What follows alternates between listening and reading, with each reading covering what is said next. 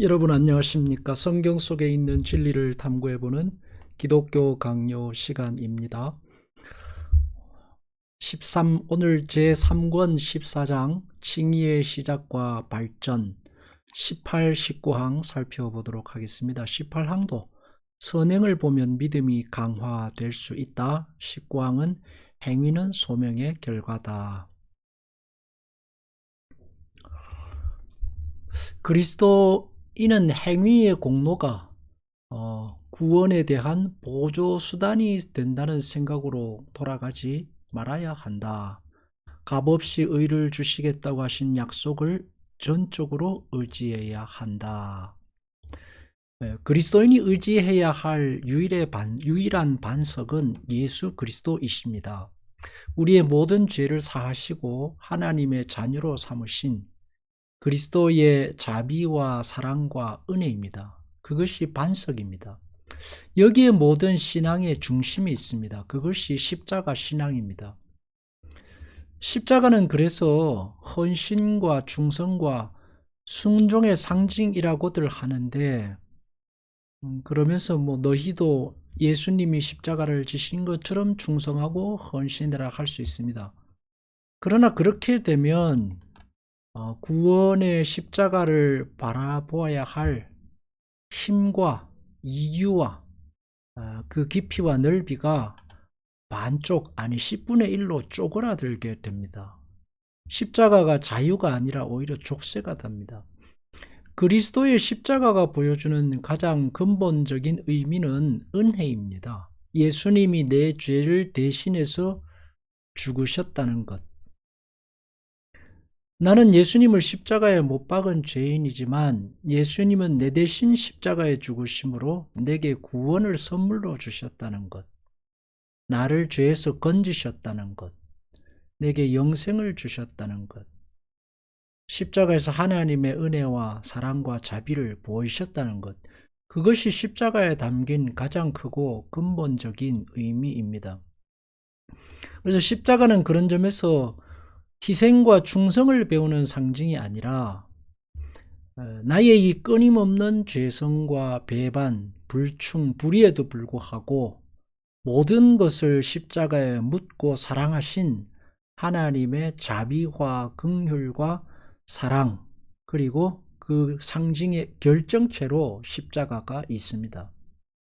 거기서 신자는 하나님의 자녀됨을 다시 깨우치고 안식을 얻고 평강을 맛보고 하나님께로 나아갈 용기와 힘을 얻게 됩니다. 그렇기 때문에 칼빈은 다시 행위의 공로, 그것이 보조수단이 될 것이라는 생각으로 돌아가지 말자고 하는 겁니다. 행위는 뭡니까? 주신 은혜의 표징입니다. 하나님께서 주신 은혜의 표징. 내가 그리스도인이라는 사실을 확인시켜주고 구원받은 신자라는 것을 우리 안에 좀 더 확고하게 되새기는 역할을 하는 것이 행위입니다. 한 예로 율법을 들 수 있습니다. 하나님께서 이스라엘에게 주신 율법은 그들이 출애굽한 하나님의 백성, 어린 양의 피로 택함받은 택자라는 사실에 대한 사인으로 주셨습니다. 율법이 있기 전에도 그들은 하나님의 백성입니다. 그러나 율법을 주셔서 백성됨을 확인하게 하십니다. 율법을 지켜서 복을 받음으로 확인합니다. 내 힘으로 지켰다가 아니라 나는 이런 율법이 있는 줄도 몰랐는데 지킬 자격도 안 됐는데 그 따라 살아갈 힘을 주시고 그 길에 서게 하신 것으로 그 은혜로서 확인하는 겁니다. 반대로 지키지 못해서 하나님의 진노를 받음으로 확인합니다. 그리고 또 지키다 보면 이게 내 힘으로 지킬 수 없다는 사실을 확인하므로 그럼에도 하나님이 나를 사랑하셨다는 사실을 제사를 드리고 어린 양의 보혈의 공로를 바라보면서 확인하게 되는 거죠. 우리는 행위로 돌아가시면 안 됩니다. 항상 하나님의 우리에게 주신 은혜의 십자가로 사랑과 자비로 돌아가야 하는 것입니다. 하나님께서 우리에게 주신 모든 선물을 생각할 때에 하나님께서 우리에게 주신 자녀됨, 백성됨, 그 나라의 그 유업을 받을 자됨, 이런 모든 자녀됨의 선물을 생각할 때에 하나님의 얼굴에 비치는 광채와 같이 우리 마음을 비추어 선의 최고의 광명을 바라볼 수 있게 하기 때문이다. 특히 선행의 은혜에 대해서 더욱 그렇게 말할 수 있는데, 선행은 양자의 영이 우리에게 주신 것을 보여준다. 하나님께서 우리에게 주신 모든 선물들, 우리가 하나님의 자녀가 되어서 살아가면서 하나님의 얼굴에 비치는 광채들을 조금씩 깨닫게 됩니다.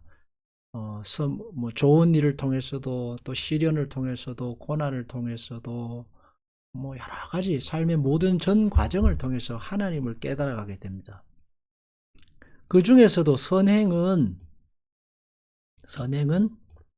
은혜로 주어진 선행은 양자의 영이 우리에게 거하고 있다는 사실을 가르쳐준다. 신앙의 그 선행이 뭡니까?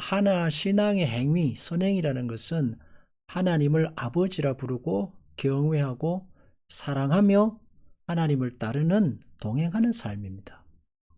이전에 내게는 전혀 없었던 완전히 다른 속성입니다. 도대체 무엇이 나를 이렇게 만들었나? 결국은 하나님의 양자의 영이, 성령이 나를 이렇게 만들어 가신다는 사실을 확인하게 됩니다. 그래서 믿음이라는 것이 은혜로 주어진 선물이고, 그 믿음 안에 하나님의 사랑이 있습니다. 사랑은 하나님을 향한 소원을 일으킵니다. 소위 말하면 욕구를 만듭니다. 의지가 발동하고 행동이 일어나고 거기서 따름과 순종, 선행이 나옵니다. 나와는 전혀 무관한 신앙의 행동들이 나오는 거죠. 양자의 영이 내 안에 거하시는 증거입니다. 어색하죠.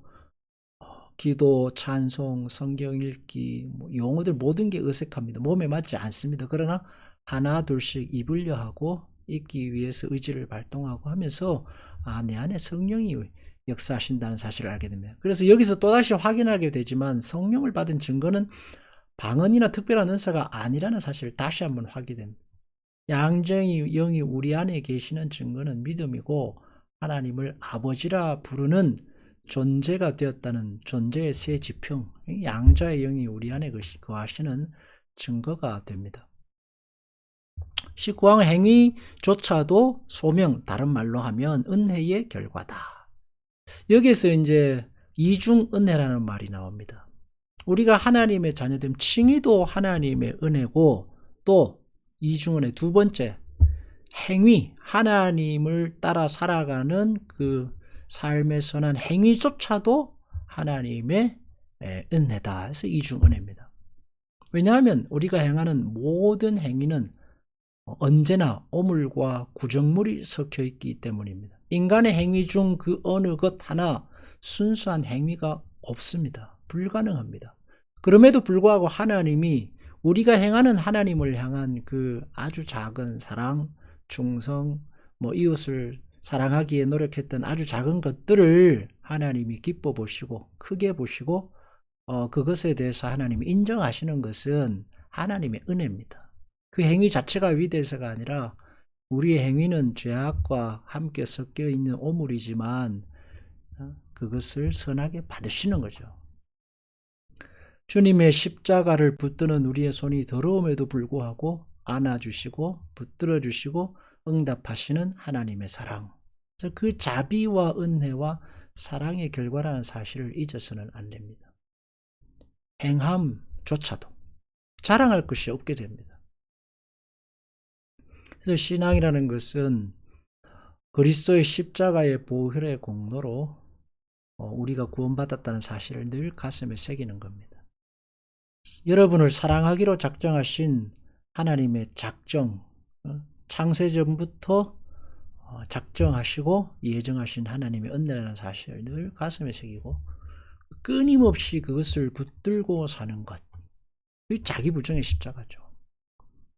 나는 나쁜 사람이야, 이게 자기 부정이 아니라 그리스도의 십자가의 은혜로 늘 나를 돌아보는 겁니다. 행위조차도 하나님을 따라 살아가는 이 신앙의 모든 삶을 그리스도의 십자가의 은혜로 하나님의 자비와 긍휼과 사랑의 결과라는 사실로 늘 우리 자신을 부정하는 겁니다. 그래서 행위는 하나님의 은혜를 선포한다. 은혜를 선포합니다. 우리 자신의 능력을 선포하는 게 아니라 우리 자신의 충성을 선포하는 게 하나님의 은혜를 선포합니다. 하나님의 은혜에서 떠나지 않게 합니다. 그래서 참된 신앙생활은 그래서 하면 할수록 하나님의 은혜를 깨닫게 합니다. 넓이와 길이와 높이와 깊이 얼마나 크죠. 사도 바울의 신앙의 깊이는 그래서 괴수됨의 깊이로 가고 원수됨의 깊이로 가고 죄인됨의 깊이로 가는 겁니다. 신자의 마음은 어디를 향하든지 간에 높이 솟으며 널리 하는, 열심히 신앙생활을 한다 할지라도 그리스도의 사랑에 얽매인 존재, 다른 말로 하면 은혜의 얽매인 존재가 된다. 좋은 신앙이라는 것은 그래서 거저 주시는 하나님의 은혜에서 떠나지 않습니다. 근데 중요한 것은 그것이 일상의 삶에서 나타나는 모양새입니다. 은혜의 신앙, 거저 주시는 칭의의 신앙이 삶에서 나타나는 모양을 좀 우리가 생각해 봐야 됩니다. 예수님이 가르치신 말씀들의 많은 부분이 하나님께서 주신 은혜의 신앙이 어떻게 이 세상에 나타나야 되느냐 하는 걸 가르치십니다. 이게 산상수훈입니다. 용서, 자비, 겸손, 왼손이 하는 걸 오른손이 모르게 하라. 남들보다 자기를 높이지 마라. 되려 남을 높게 여기고 너는 낮게 여겨라. 이런 것이 은혜의 신앙이 드러나는 방식입니다. 그런데 많은 신자들이 여기서 실패합니다. 신앙은 은혜의 신앙인데 드러나는 방식은 바리새인 율법주의식입니다. 그래서 신앙이 멋이 없어지고 차이가 없어지게 됩니다. 우리가 받은 신앙은 은혜의 신앙입니다. 드러나는 방식도 은혜여야 합니다. 예수님 말씀하신 것들이죠. 은혜의 신앙이 드러나는 방식을 곰곰이 생각해 봐야 됩니다. 현장에서 가늠하다 잡힌 여자를 대하는 예수님의 방식이 은혜의 신앙이 드러나는 방식입니다. 38년 된 병자를 대하는 예수님의 방식, 창기들과 죄인들과 세리를 대하는 예수님의 방식, 정죄가 아닌 손을 잡아주시고 그들을 위로하시는 주님의 방식, 그리스도의 십자가의 사랑이 드러나는 방식을 생각하는 겁니다. 따뜻한 말과 격려와 눈빛 그리고 표정, 나아가서 내가 한 것이 아니라 하나님이 하신 것이라는, 나는 마땅히 내가 할 일을 했을 뿐이라는 그런 어떤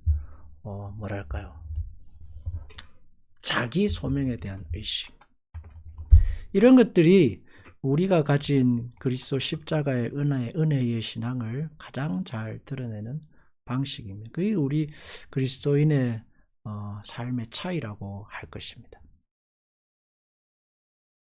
행위조차도 은혜의 결과일 뿐이다. 기도하겠습니다. 주님, 우리를 구원해 주셔서 감사합니다. 듣고 볼 수 없는 깊고 넓은 믿음의 세계로 우리를 부르셔서 이 세상의 고난을 이기고 나의 약함의 노예가 되지 않고 앞으로 나아갈 수 있는 신앙, 이 세상의 죄와 벗하지 않고 여전히 죄인임에도 불구하고 거룩한 도성을 향해 갈 수 있는 길에 서게 하심을 감사합니다. 이 영광스러운 길에서 들어선 것이 모두 다 하나님의 은혜와 사랑입니다. 그 은혜와 사랑을 드러내는 삶으로, 방식으로, 말로, 행동으로 살아갈 수 있도록 지혜를 더하여 주시옵소서. 그래서 결국은 나 자신은 낮아지고 주님이 높아지는 삶이 되게 하소서. 예수님의 이름으로 기도합니다. 아멘.